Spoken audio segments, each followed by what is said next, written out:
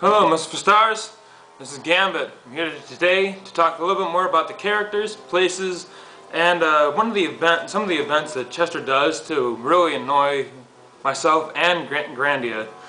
I'm also going to finish up talking about the Deck of Many Things. I have the book right here. I checked the camera, but don't worry, it's not going to happen again until I grab it and show you this. But I'm going to start with Snide. Snide is actually came about when we were all on HM farm still, and basically Jack, the main enemy, was killed because that one guy, Lunar or whatever his name is, kept bringing him back and back, and it just was really annoying and repetitive. So everyone else began to pick up on making their own enemies. Chester made the Chief and Rex, and Evangelion actually created her evil cousin and uncle, but her uncle was always evil. But she created her cousin, or I forgot whatever its name was, her name was. Anyways, I came up with Snide. Snide is a true sadistic asshole when it comes down to it, because he just likes to bring terror and fear into everyone else's hearts because of how little everyone thought of him as a child and growing up, as well as in the school. Because he was part of the three-man team with Kronos, James, and himself. However, Kronos and James would always look down upon Snide because he didn't have as much power and strength as those two did. So Snide actually went back and did more magic and espionage type classes to make up for it, which he did a fantastic job within them, but he was never nearly as good as Kronos or James. So basically, they all went to school together, they graduated together, and they went on many missions together. So, but all that time, Kronos and James would actually team up and go against Snide constantly, like making fun of him, insulting him, and telling him to actually pick up more slack, which actually Snide truly hated. He actually started to despise them. So when they actually came across the immortality, he thought it was a great chance to actually start enacting his revenge. It took many years for that to actually begin, but he actually did go through with it in the end. So that's why he's rather evil, but he also grew up hating most other things. He targets anyone, basically anyone and anything, but he really likes going after those who still have some hope in them. He likes bringing it down and just rubbing it in their face before he slays them. His goals: complete devastation and destruction, chaos, everything that ensures. He actually has a small team, or sorry, I'd say a small team, yeah, that actually follow him and actually take orders from him because of his silver-tongued skills to actually influence other people. He's actually able to bring down one of the most righteous and holy people to doing the most evilest and tenacious things. And if you can do that, you pretty much can do anything. So yeah, Snide actually was responsible for James and Kronos' family's deaths, which Grandia actually survived, but James' family did not, except for James himself. So now those two are actually out and hunting for him. James is more proactive, and Kronos is more of the researcher to find out where he is. So the roles have sort of reversed on when they were in war.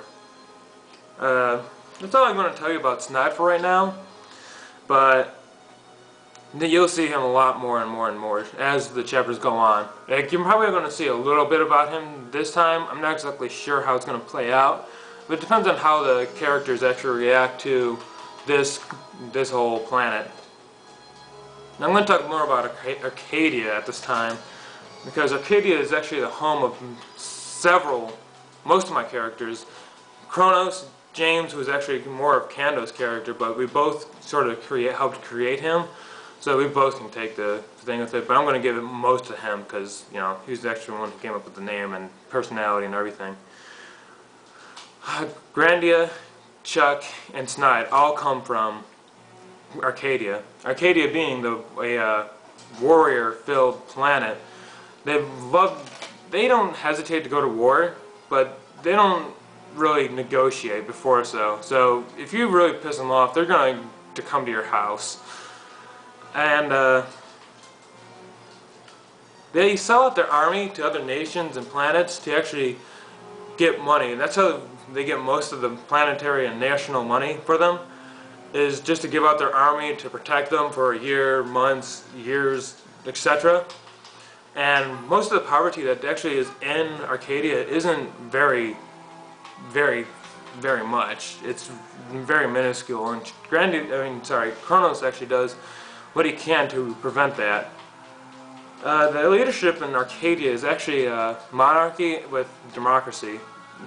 Kronos has power, but he doesn't use them often. But what he does say, everyone pretty much listens to, and that's pretty much all about that. There's the history, which is obviously Arcadia's been in for existence for centuries, millennia, and they had plentiful money, plentiful. One of the wars that they actually lost was against Armenia, which is Evangelion's planet, and we haven't talked about it all too much, but we are beginning to talk more and more about it. But I don't want to say too much right at this moment because it's going to play into the story. We'll all see about that. Even Evangelion, and I actually do announce what I had in store, which I hope she does agree with it. That's all you need to know about Arcadia for now. Pretty humble, pretty dry. It's pretty basic of a planet. I don't like to give all the specifics all too well because then there can be personal flaws. So I like to keep things open. That way, if there is a flaw, I can just be like, hey, I didn't explain it, so it's okay. Now I'm going to talk about Chester and many things he does to actually annoy myself and Grandia. More Grandia than myself because he does it towards him. Back in the other form, the HM farm, he would come into his house, break windows, break doors, go to his work, break doors, break windows, break walls, and would repeat this weekly. He wouldn't even wait for it to be finished. He would actually put a board up to fix it and say, there, it's done. I'm a carpenter, I know what I'm doing. And then he'd break it about 2 minutes later because that's how destructive he really is. He'd also steal Grandia's food, destroy his toilet, get into a fight, get distracted, get back into a fight, and then he'd edge Grandia on further, saying that he's a protector and Grandia is evil, and then get distracted and run away. This went on many, many times. So, yeah, it got annoying after the 15th time.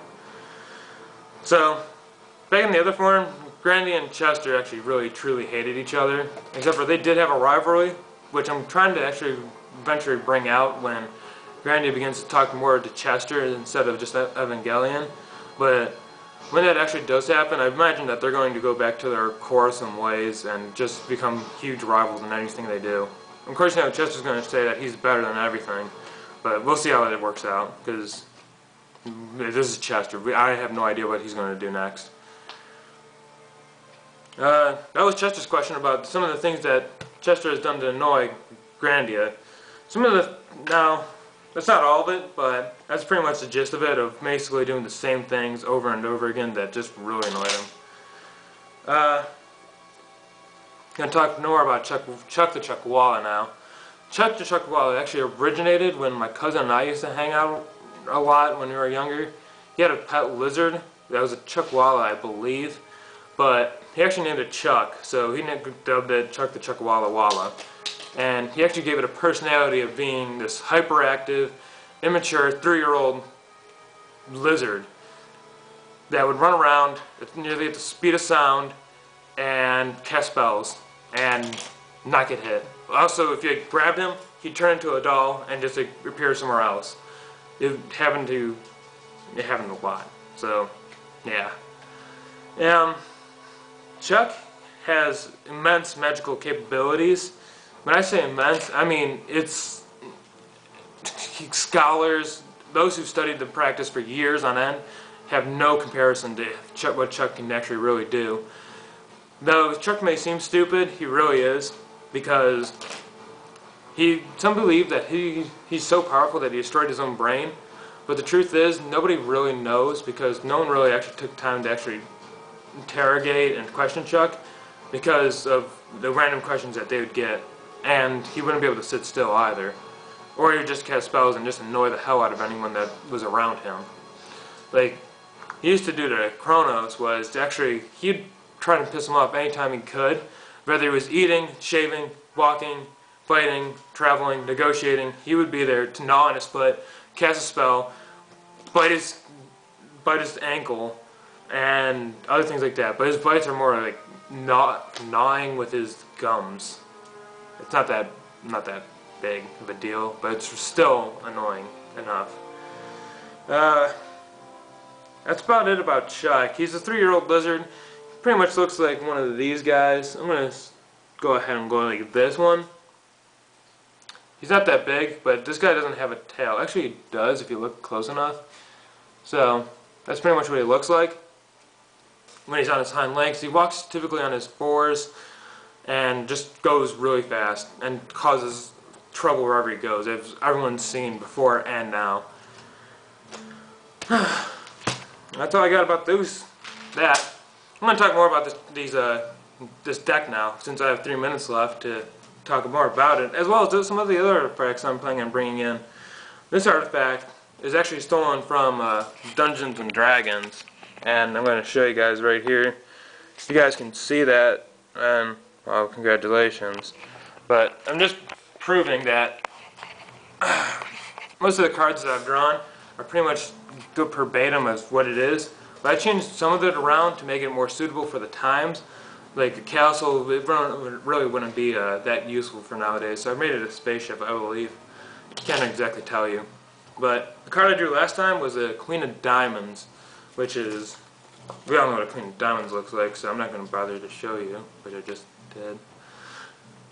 It's actually 3 wishes, so I got really lucky on that draw. But some of the other ones you can get here, if you pause it, you can actually read, I believe. But if you don't, you can always look it up. It's like kill enemy and gain 10 levels. I'm updating these, so it's not going to be verbatim. You gain a major magic item, which was what happened to Kando. He got the unlimited clip for his Desert Eagle. But you can also draw unluck and actually hatred of an outsider. Maybe specifically a dark outsider, which is like a devil or a demon. I haven't come up with the ones that are actually going to be affecting Grandia yet, but I already have, but I haven't come up with a name. I take it back. I just remembered because my mind's always everywhere else. Yeah, managed to drawing things in this deck. And some of the other ones, here's a couple more, just because. All your items gone. Body functions, but your soul's elsewhere. So basically you can die, but your soul will still be alive if you're lucky. Which, I don't know if I believe I talked about it last time. I'm really glad that everyone believes that that most of the characters believe that there's no gods or deities. So I'm really happy about that. I'm pretty sure none of them also believe in the soul, because I can tell you that Grandy doesn't believe in the soul because of how he really looks right now. The wishes are going to be limited, just because I don't want them to be like, oh, I want the story to be over. I want the ship to be fixed. Well, the ship can be fixed because that's actually workable, and I like that one. But you can't just be like, I want something that's going to be a plot device to be in my hands right now. I'll probably do more of a thing like, I need to know the next, not only that, but it's like you're going to know the next problem, dilemma, but you're going to have more guidance to it. It'll tell you the exact specifics instead of giving you a vague hint, which, actually, I'll work on that one. So, that's all I got. This book's more of a guidance, and I'm not going to use all the ones in here, but that's the one I really liked because I used it in one of my D&D campaigns. I liked it. There's going to be many more. Until next time, I'm going to talk to you later, Merciful Stars, and hey, Logan, I wanted to say hello to you specifically. So, talk to you later, guys.